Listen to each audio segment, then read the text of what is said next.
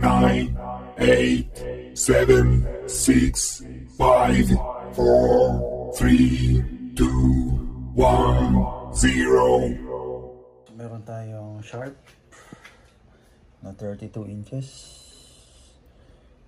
Smart TV.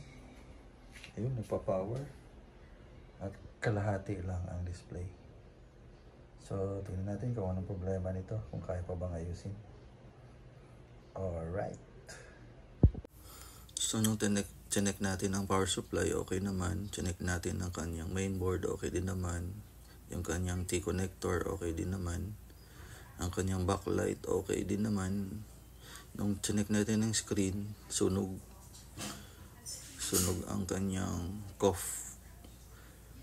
Kaya pag ganitong sunog ang COF, napakahirap palitan ito at wala pa tayong aparatos na pamalit dito, kaya palitan na ang buong screen. Kapag pumayag yung may-ari nito na palitan natin, doon natin papalitan pag okay sa kanya.